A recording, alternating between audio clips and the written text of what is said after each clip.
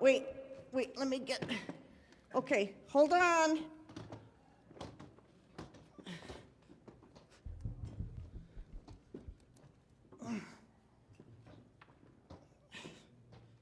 Okay.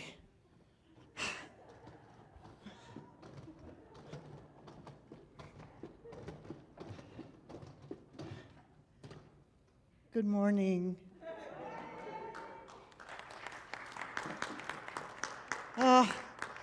So good to be here at the world headquarters of the whole Unity thing, and I couldn't come empty-handed, right?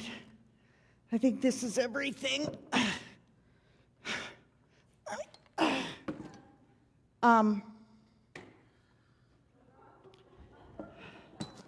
Wait, don't those belong to you? Things in there. Those are still yours. You have more baggage. Wait. Hold on. There might even be more. Are you sure? What I know, sister, is that's not my baggage. That's your baggage, and I'm not keeping it. All right. Okay, well, I guess. Okay. All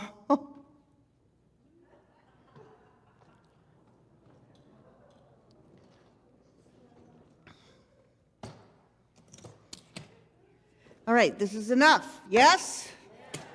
This is enough. All right, well, and you checked. These are not yours. Okay. Well, who knew? Who knows how much baggage we are carrying around? Typically, it is unconscious. Yes? Anybody else bring in this many bags this morning? Please, God, put a hand in the air. Put a hand in the air. I feel so much better about myself. It's good to know we're not alone. You know, it's unconscious. We carry, some stuff we carry, well, depending on where we are on the continuum, some stuff we carry maybe just for a few hours, that little itchy, not so good stuff. Some stuff, a few days, maybe a couple of these for a few weeks, maybe some of these larger ones for a few years, decades. I guess I can't say centuries, right? Let's leave it at decades. And here's the thing, it's unconscious. We're not aware that we're hauling this much emotional baggage with us. And here's the irony. Aren't they usually more visible to other folks than they are us? That's tricky, isn't it? I love my ability to see another's baggage. And I'm pretty good at pointing it out and maybe even giving some tips on how to dissolve that baggage. But man, when it comes to my own, I was not aware until I started preparing for this morning. So here's how it occurs as we're traveling down this proverbial road of life. We tend to, mostly unconsciously, pack away emotions, hurts. I love the hard case. Resentment, a little blame, maybe. These are our triggers, also known as pain bodies.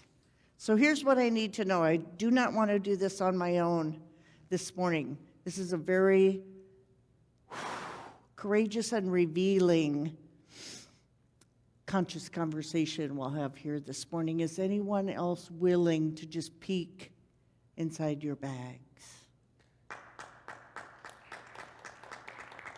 Thank you, thank you, Thank you. Shall we get started? Let's go with whatever is in the big one first. Wait, Anna said 3 minutes?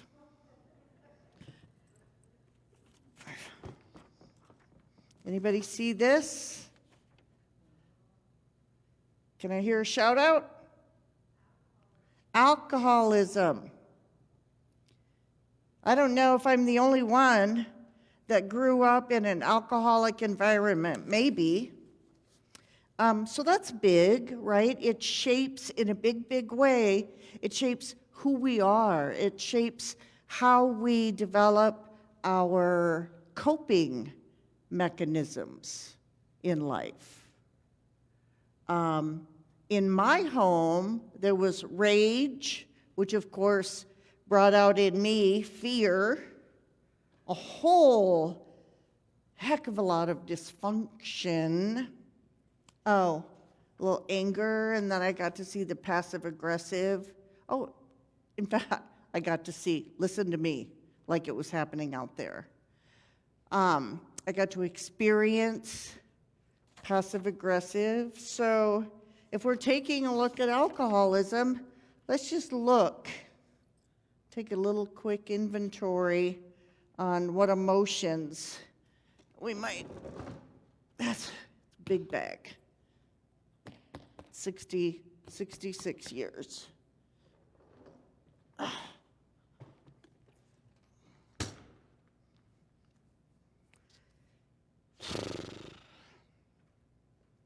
See what's in here, huh?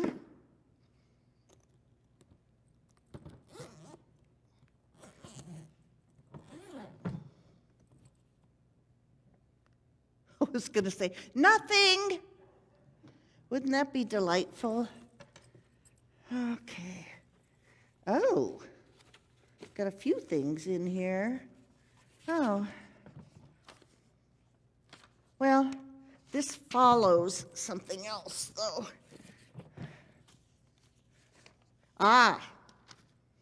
Anybody see this one? Can I get one shout? Divorce. I don't know if many of us have experienced that, either for our own selves or in our family system. Pregnant and married at 20, divorced single parent at age 22.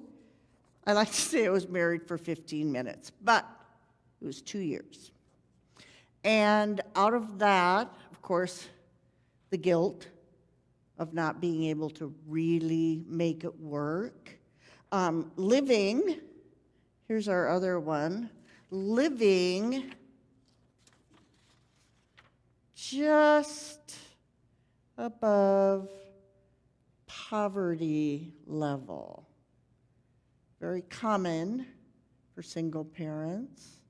So there's some shame in that, certainly some resentment in that, a little stress, maybe, feeling a little trapped by our socioeconomic situation. So this bag, this baggage, this luggage, that emotional baggage is only 44 years old. So not much there, right? Not much to deal with there. I'm going to do this one a little later. What do we have in this other? Oh.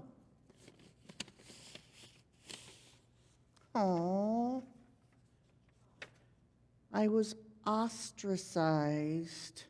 I was a little tot, not so teeny tiny, but I was in grade school. And a small school, my little group of close friends made this executive decision to ostracize me. And I can still feel that in my gut. I can still feel the loneliness of it, the confusion of it, not understanding why it was happening or what caused it, what brought it about. Scared, wondering who my friends really are.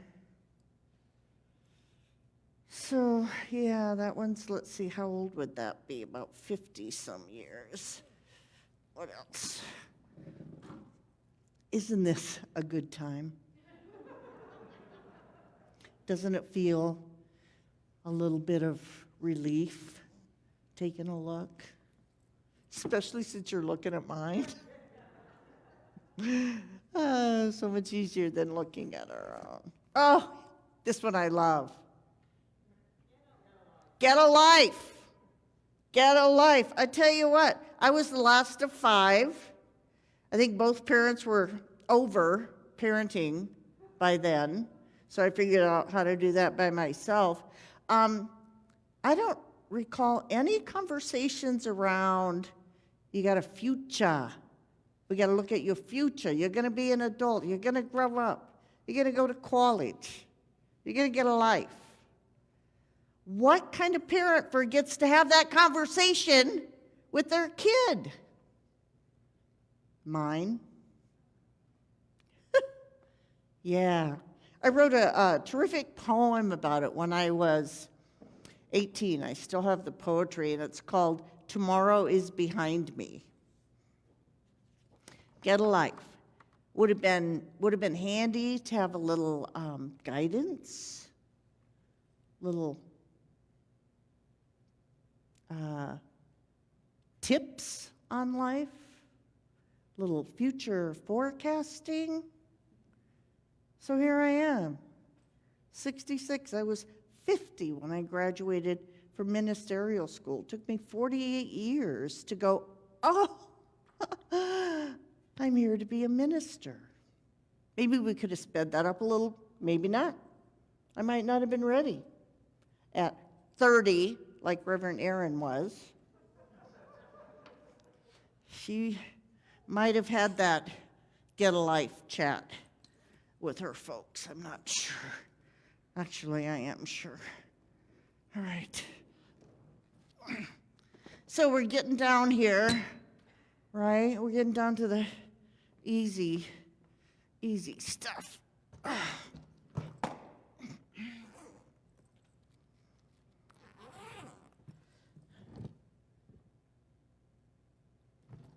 This was a picnic.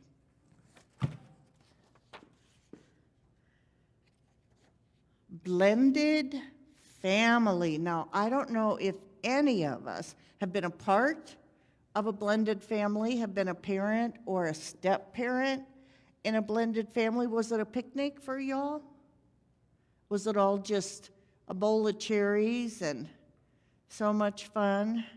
We had 3 sons between us, and feels like for the first 3 or 4 years, they went out of their way to make our lives as difficult as possible. So a little frustration with that, anger and resentment toward the other parent who wasn't handling it right, anger toward the children for just being a stepchild, being a kid in a new situation, being in a new family. And the eldest, by the way, just a little aside, the eldest had not had an active father like since the first year of his life. So he was not set up for having a dad. Never had a dad? Who needs a dad now? I don't need that guy. So yeah, that was a kick. Okay, I think we've done enough. Don't you? I think we've covered enough. One last one. Hit and run, car accident. Rear-ended, pulled around me, and drove away. Lived for 10 years, metaphysically significant, lived for 10 years in eye-watering, chronic pain. And you know what one of my visuals was around that? The driver, who, ironically enough, I knew who it was, who wasn't driving his truck that day, wasn't on Blair's Ferry Road that day. My visual, night after night after night after night, was having this guy prone in my driveway with me putting the car in drive, driving over the bump, and putting it in reverse and driving over the bump. A little depression came out of that. So what do we do? Have y'all kind of been doing a mini inventory? We'll spend some time with this in our meditation time. What happens with this? We ruminate on our life situations. We ruminate on our triggers, on our hurts, on our pain bodies. And all along the way, with that rumination, we are justifying our indignation. We are justifying our anger. We are entrenched in their wrongdoing and are right to be downright angry. We carry this emotional baggage in our guts, yes? Can you feel it there? We carry it in our hearts. And we certainly carry it in our minds. Because out of each of these life events, and that's what they are life events. We all experience some of these, all of these, and life events way beyond these. So as we're having that experience, we are weaving a woeful tale. I know one question I used to ask in spiritual counseling appointments, what would your life be like if you could never tell that story again? What if we never uttered the words about the story? What if we never told the energy of it over and over? So all of this are our life experiences. They're a part of our human curriculum, are they not? They are a part of our training for being spiritual beings on this human plane. I'm calling that a fact. That's a fact. And when we forget about that fact, we lug our bags around, way more baggage than I ever could have imagined. We lug our bags around waiting for those awful offenders to come to us on bended knee and ask for forgiveness. One example on that hit and run, all I needed from that person was, I'm sorry, I panicked, I ran, I was scared. So I only waited 10 years, just the one decade. And at some point, I figured out, gosh, that might not happen. Anyone who has wronged us in our lives, have they all come back to y'all and asked for forgiveness? Everybody has that experience. Carrying, unfortunately, it took two of us to get my baggage out here. Carrying our baggage, carrying that resentment of unforgiveness is a heavy, heavy toll. And this baggage can create so much more spiritual damage than the original event ever could have. Anybody ever taken that course, Keys to the Kingdom, with David Owen Ritz? In there, he talks about the term resentment. It's week 4 or 5. There's a chapter on forgiveness, which is a huge part of prosperity and abundance work. So he talks about resentment, and he calls it re-sentiment. re-sentiment. Re-sentiment. A sentiment is a feeling. And we are ruminating this feeling, massaging this feeling over and over and over. Resentment.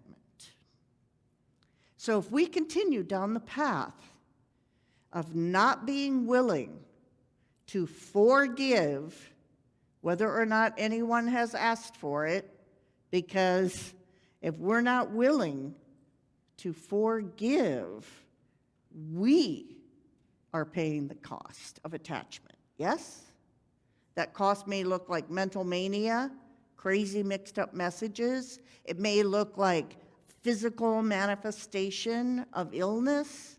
It may look like verbal venom coming out of our mouths. So we have paralyzed ourselves by chaining ourselves to the people and the events by which we feel wounded. And while we think all that time, all those 10 years, where I was shooting daggers at the hit-and-run driver, who was carrying the poison? Who was feeling the pain? Who was feeling that nasty, vile resentment? Not the driver, because he wasn't in his his truck that day. He wasn't on that street that day. Who was feeling it? Who was chained to it? Who was paralyzed by it? So we think we are imposing poison on another, and we ingest the poison. Another little story out of Keys to the Kingdom. David Owen Ritz gives the example of we're driving down the road in our car. We start to smell something a little funny, a little off, and then we smell the stench, and then it just gets more and more rotten and worse. So David asks this question: do we roll up the windows and keep driving? Anybody done that? Roll up the windows and just keep driving? It's not that bad in here. It doesn't stink that bad. Oh, I hope we're not rolling up the windows. I hope we're aware that we have options. One of our options is to make a conscious choice. Have you been, while we've been talking about this, have you been thinking about what you're carrying around? Anybody giving that a little peek and giving that a little thought? And are we willing to take a look? Like I said, we've all had hurts. We all carry some weight or elephant tonnage of emotional baggage. Just in case. Anybody interested in lightening the load starting today? Lightening the load. Yes. Thank you. So we have some tools in our spiritual workbooks. We are fortunate enough to be connected to the New Thought movement called Unity, which gives us living principles to help clean up our lives. So let's open the windows, let's open the bags, let in a little air, let in a little light. Now, how I started my exercise is I took a big fat marker and some paper and simply wrote down big life events. Easy start. And then, you can't see the smaller print, but then what I did is I wrote on each page, what are some of the emotions? What are some of the pain bodies? What are some of the triggers that I've been carrying around with that life event? What if we started to notice, just notice, that's all. We're not judging ourselves. There's nothing wrong with us there's nothing wrong with my baggage, right? It doesn't make me a bad person. It's just a part of our curriculum. So what if we just notice, without judgment, How big is our daily dose of poison? How many times do those toxic thoughts do laps on the streets of our mind? What if we just simply started to notice? And what if, I've done this multiple times, what if we look in the mirror and really see ourselves? And we look at who we see, we say, I'm tired. I'm tired. This has been a lot. It's been hard work. I'm done. And I'm unpacking. I'm unpacking starting today. So when we open these bags, we have to ask a tough question.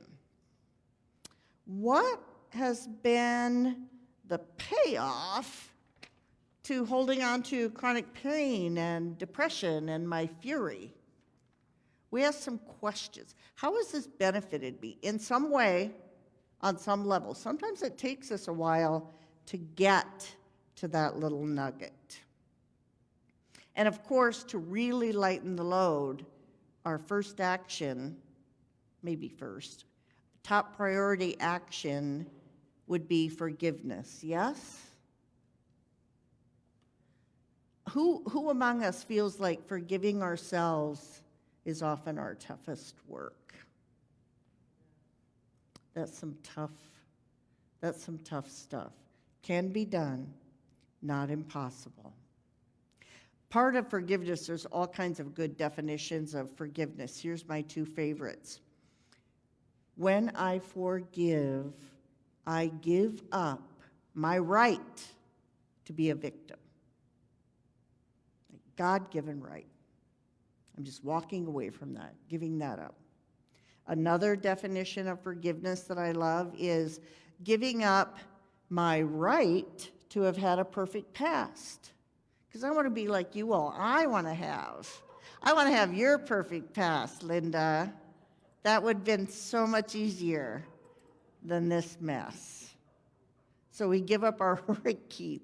We give up our right for a perfect past. We decide, we make a conscious decision. Or am I ready? Because I'm not ready on anybody else's timetable. Am I ready to lighten the load? Am I ready to take my first steps toward freedom?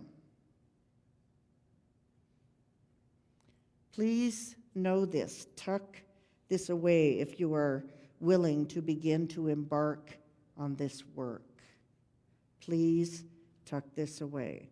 Once I have made a conscious decision to lighten my load and open my bags one by one, once I've made that decision, all Spirit is asking is that we take the first step.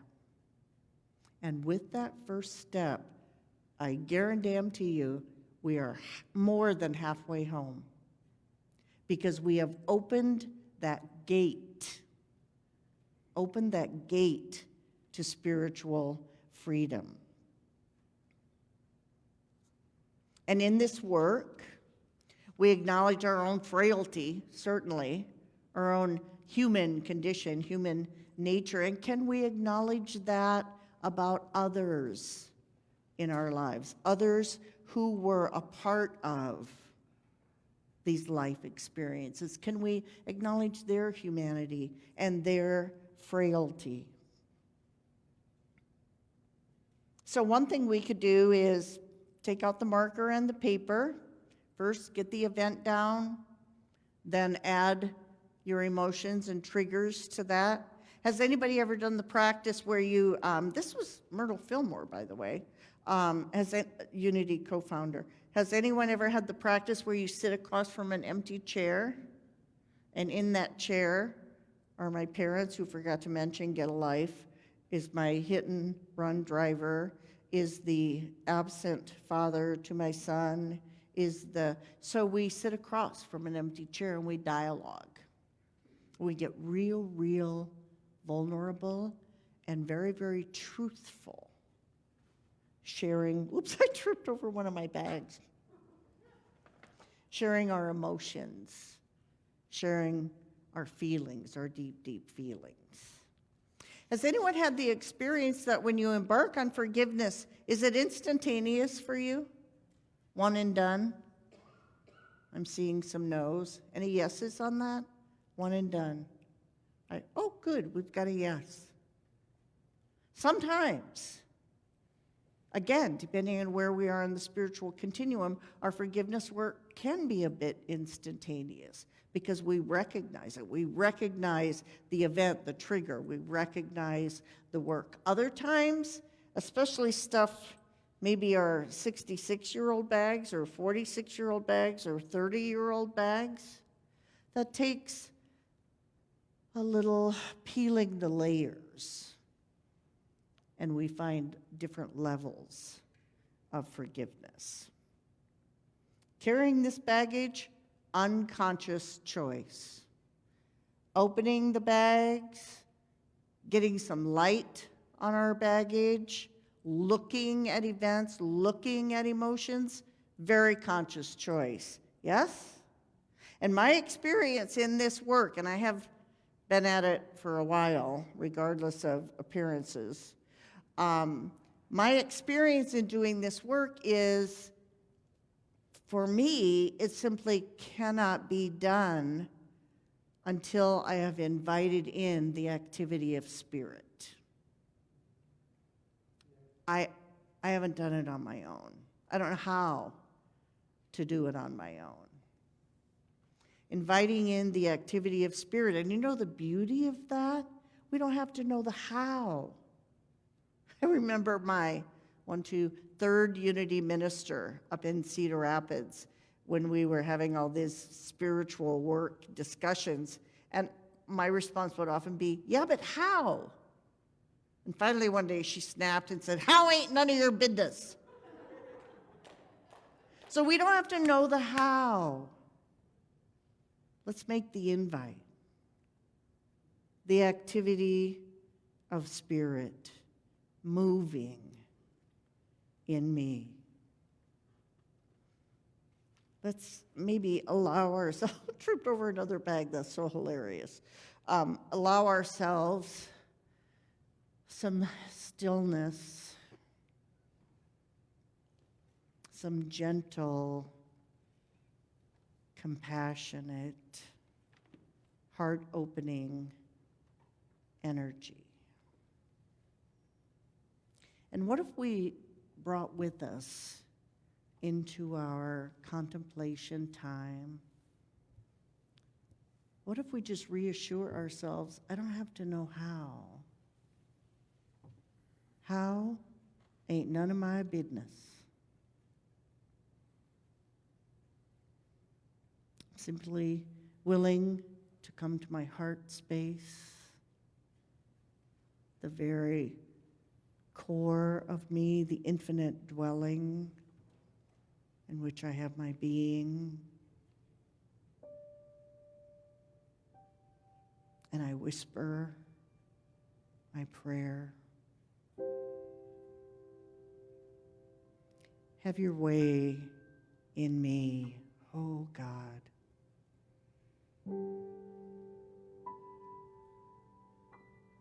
The activity, the movement of Holy Spirit is active and awakening in me.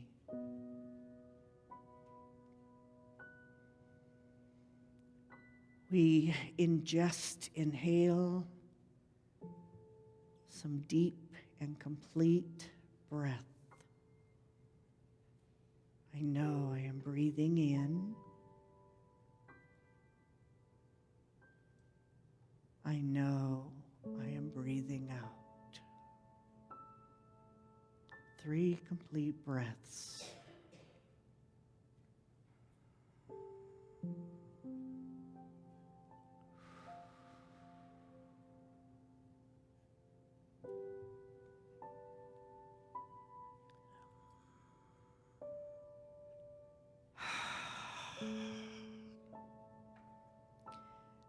we might this morning want to just take a peek in one of our emotional bags, maybe a smaller, lighter one, maybe a bigger, heavier one. Spirit guides us. Have your way in me. And we declare, we claim to the universe, I am willing. I am willing to be free. I am willing to release some, part, all of my toxic baggage. I am willing to make room, make room, make room for my good.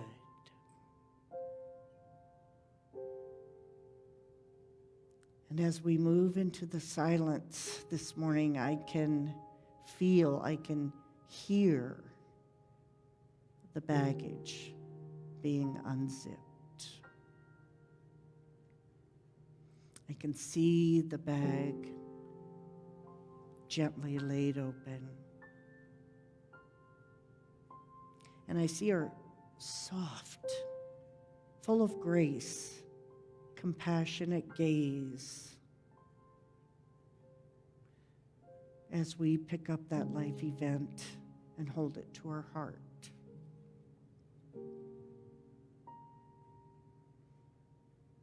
I am willing to be free. I am willing to be full of grace. Have your way in me.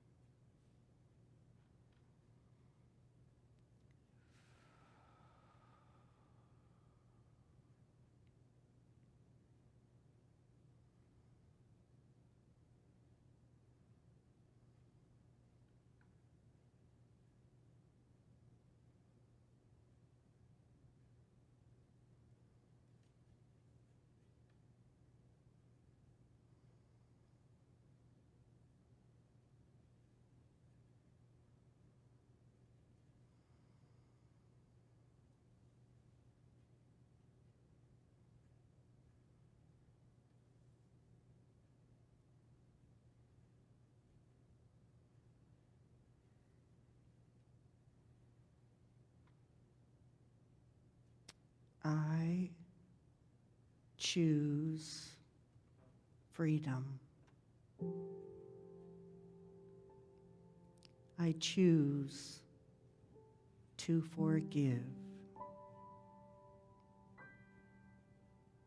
I choose to release.